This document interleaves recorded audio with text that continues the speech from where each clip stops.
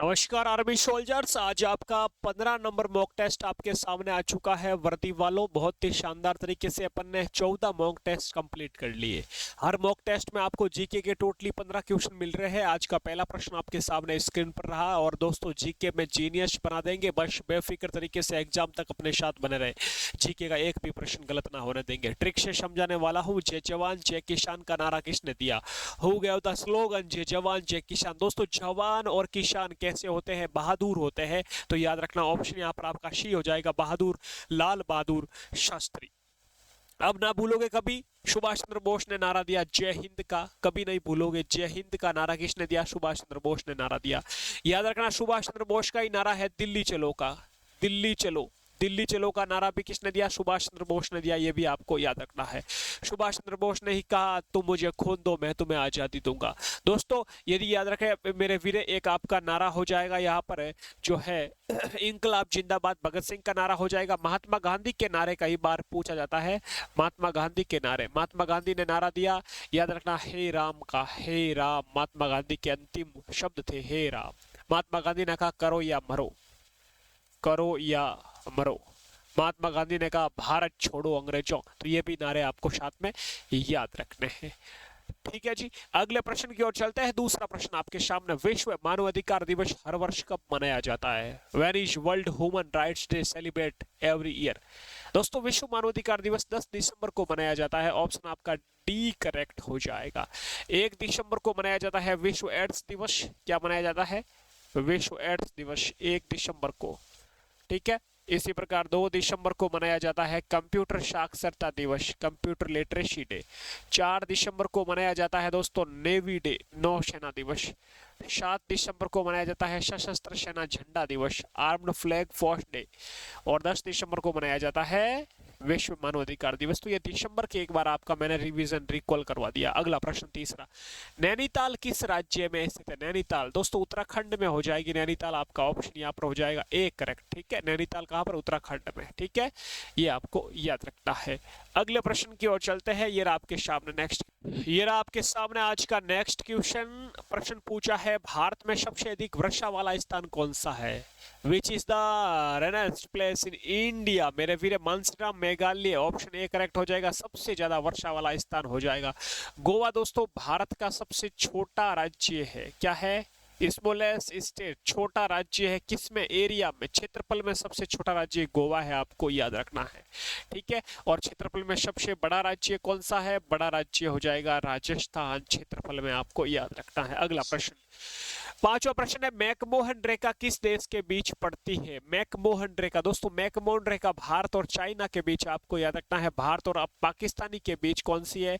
Red clip रेखा है। ये भी आपको याद रखना है। रेड क्लिप रेखा भारत और पाकिस्तान के बीच, और रेड मैकमोहन हो जाएगी भारत और चाइना के बीच, आपको याद रखना है। अगला प्रश्न आपके बीच, अमीर खुसरो किस सम्राट के दरबार में कवि थे? अमीर खुसरो किस सम्राट के दरबार में कवि थे? ऑप्शन आपके सामने है दोस्तों। अकबर है, बहादुर शाह है, अलाउद्दीन खिलजी है, या विक्रमादित्य है? आपको यहाँ पर सही जवाब बताना है अमीर खुसरो का। दोस्तों इसकी बात करें तो आप ऑप्शन से करोगे। वैसे अमीर खुसरो काफी दरबारी कवि थे, लेकिन यहाँ पर ऑप्शन आपका सी हो जाएगा। अलाउद्दीन खिलजी के दरबारी कवि थे। आप सबको याद रखना है अमीर खुसरो के बारे में।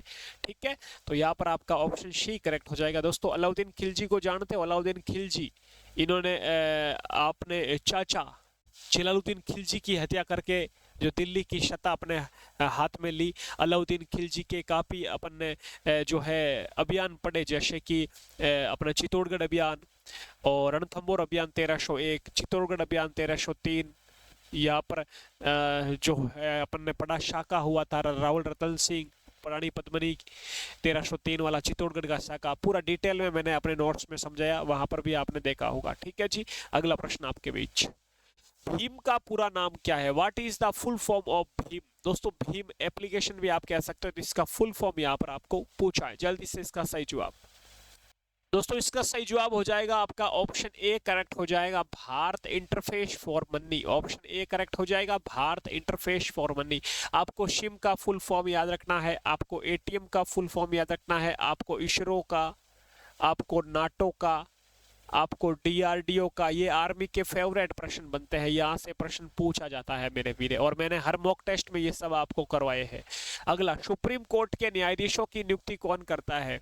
हु अपॉइंट्स द जज of the supreme court? Option आपके सामने है, जल्दी से इसका सही जवाब सोच लीजिए क्या हो सकता है। सुप्रीम कोर्ट के न्यायाधीशों की नियुक्ति दोस्तों यहाँ पर आपको पूछा है। इसको दोस्तों अपन पूरा डिटेल में समझेंगे। जैसे सुप्रीम कोर्ट है, यानी एससी है आपका, कहाँ पर है? दिल्ली में है, आप सबको पता है। तो सुप्रीम कोर्ट के न्यायाधीशों की नियुक्ति राष्ट्रपति के द्वारा की जाती है दोस्तों। राष्ट्रपति अपना त्याग पत्र उपराष्ट्रपति को देगा, उपराष्ट्रपति राष्ट्रपति को देगा, ये आपको थोड़ा याद रखना है, ठीक है। अभी वर्तमान में राष्ट्रपति द्रौपदी मुर्मू है। कौन से नंबर की है? 15वें नंबर की राष्ट्रपति है। कहाँ की रहने वाली है? ओडिशा की रहने वाली है। ओडिशा का एक जिला पड़ता है मयूरभंज, एक मयूरभंज जिला है, वहाँ के रहने वाली है, ठीक है दोस्तों। ये पहली महिला जो है आदिवासी है, तो कौन सी जनजाति से बिलोंग करती है? याद रखना, संथाल जनजाति से बिलोंग करती है। कौन सी जनजाति? संथाल। दोस्तों ये भी याद रखना है कि ये पहले किसी राज्य की राज्यपाल रह चुकी है। तो कौन से राज्य की? झारखंड की राज्यपाल रह चुकी है, ये भी आपको दिमाग में याद रखना है, ठीक है। ये विदेश मंत्री कौन है अभी वर्तमान में? एस जयशंकर है, एस जयशंकर, सुब्रमण्यम जयशंकर अभी वर्तमान में विदेश मंत्री है। रक्षा मंत्री राजनाथ सिंह या प्रधानमंत्री नरेंद्र मोदी है, ठीक है जी। अगला प्रश्न आपके बीच, प्रथम गोलमेज सम्मेलन कब होता है? तो 1930, 1931 और 1932। प्रथम, द्वितीय और तृतीय, ये आपको याद रखना है। पहला गोलमेज सम्मेलन 30 में, दूसरा 31 में, ठीक है, और तीसरा 32 में। ये तीनों गोलमेज सम्मेलन है, कहाँ पर होते हैं दोस्तों? लंदन में होते हैं। कहाँ पर? लंदन में होते हैं। ये दूसरे गोलमेज सम्मेलन में एमजी महात्मा गांधी भाग लेते हैं, ये भी आपको याद रखना है। अगला प्रश्न, नाथुला दर्रा किस राज्य में स्थित है? दोस्तों नाथुला दर्रा कहाँ पर है? सिक्किम में पड़ती है नाथुला दर्रा, याद रखना। एक प्रश्न कई बार पूछा जाता है, जेलेपला दर्रा, जेलेपला, जेलेपला, पीर पंजाल, पीर पंजाल, ये जम्मू कश्मीर में, काराकोरम लद्दाख में। तो ये दरें यानी कि पास से आपके कई बार प्रश्न पूछा जाता है, ठीक है। तो याद रखना आप। अरुणाचल प्रदेश की राजधानी क्या हो जाएगी? ईटानगर। एक राजधानी से भी, कैपिटल से भी प्रश्न पूछाएगा। मध्य प्रदेश की भोपाल,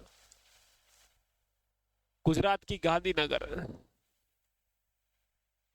सिक्किम की गंगटोक, ये आपको थोड़ा याद रखना है। अगला प्रश्न आपके बीच ये रहा, द्रोणाचार्य पुरस्कार किसे दिया जाता है? द्रोणाचार्य पुरस्कार दोस्तों याद रखना, खिलाड़ी को नहीं दिया जाता है, कोच को दिया जाता है। जैसे अर्जुन पुरस्कार खिलाड़ी को दिया जाता है, मेजर ध्यानचंद, ये वगैरह अपन देखते हैं खिलाड़ी को दिया जाता है। लेकिन खिलाड़ी, खेल के खिलाड़ी को नहीं दिया जाएगा, और नहीं लेखक को, ये खिलाड़ी के कोच को, यानी जो भी खेल सिखाता है, आपका जो एडमिन है, जो कोच है, उसको दिया जाएगा द्रोणाचार्य पुरस्कार, ठीक है। याद रखना है, खेल प्रशिक्षण यानी जो खेल आपको सिखाता है, कोच, उसे दिया जाएगा। अगला प्रश्न, देश बंधु के नाम से विख्यात कौन है? देश बंधु के नाम से किसे जाना जाता है? तो मैंने ट्रिक भी बताई थी, आपको याद रखना। एक तो हो जाएगा देश बंधु, एक याद रखना आपको देश रत्न का भी पूछा जाता है, और देश नायक का भी पूछा जाता है। तीनों आपको याद रखना है। देश बंधु कहा जाता है चित्तरंजन दास को। किसे कहा जाता है? चित्तरंजन दास को। तो यहाँ पर आपका देश बंधु चित्तरंजन दास, ऑप्शन सी हो जाएगा। देश रत्न, रतन, राजेंद्र प्रसाद, राजेंद्र प्रसाद साहब को कहा जाता है देश रत्न, और देश नायक कहा जाता है दोस्तों सुभाष चंद्र बोस को। ये आपको याद रखना है, ठीक है, अब कभी ना भूलोगे। अगला प्रश्न, रोजर फेडर किस खेल से संबंधित है? रोजर फेडर दोस्तों किसका खिलाड़ी है? रोजर फेडर आपको याद रखना है। बहुत इजी से प्रश्न कई बार पूछे जाते हैं। जैसे कि पहले तो मैं बता दूं, खिलाड़ियों की संख्या क्रिकेट में 11, फुटबॉल में 11, हॉकी में भी 11, ठीक है। इस पर स्मृति मंदाना, शेफाली वर्मा, ये क्रिकेट की खिलाड़ियां है। फुटबॉल के खिलाड़ी कौन है? आपको पूछ जाता है। जैसे फुटबॉल का एक पेले है, और एक आपका कौन सा एक हो जाएगा आपका, जैसे कि रोजर फेडर। रोजर फेडर तो ये दोस्तों टेनिस का खिलाड़ी हो जाएगा। और फुटबॉल के जैसे आपके हो जाएंगे, पेले हो जाएगा, सुनील छेत्री हो जाएगा, और क्रिस्टियानो रोनाल्डो हो जाएगा। ये फुटबॉल के खिलाड़ी कई बार आपको पूछे जाते हैं दोस्तों। तो ये आपको याद रखना है, ठीक है। Lionel Messi, Sunil Chhetri, Cristiano Ronaldo ये फुटबॉल के खिलाड़ी हो जाएंगे। अगला प्रश्न आपके बीच, इसरो का मुख्यालय कहाँ पर स्थित है? Indian space research organisation, ISRO, ISRO की स्थापना होती है 1969 को, 15 अगस्त 1969 को। और दोस्तों इसरो का मुख्यालय हो जाएगा कहाँ पर? याद रखना आपको, बेंगलुरु में हो जाएगा। कहाँ पर? बेंगलुरु में इसरो का मुख्यालय हो जाएगा। और नई दिल्ली में D for Delhi, D for DRDO का मुख्यालय दिल्ली में हो जाएगा।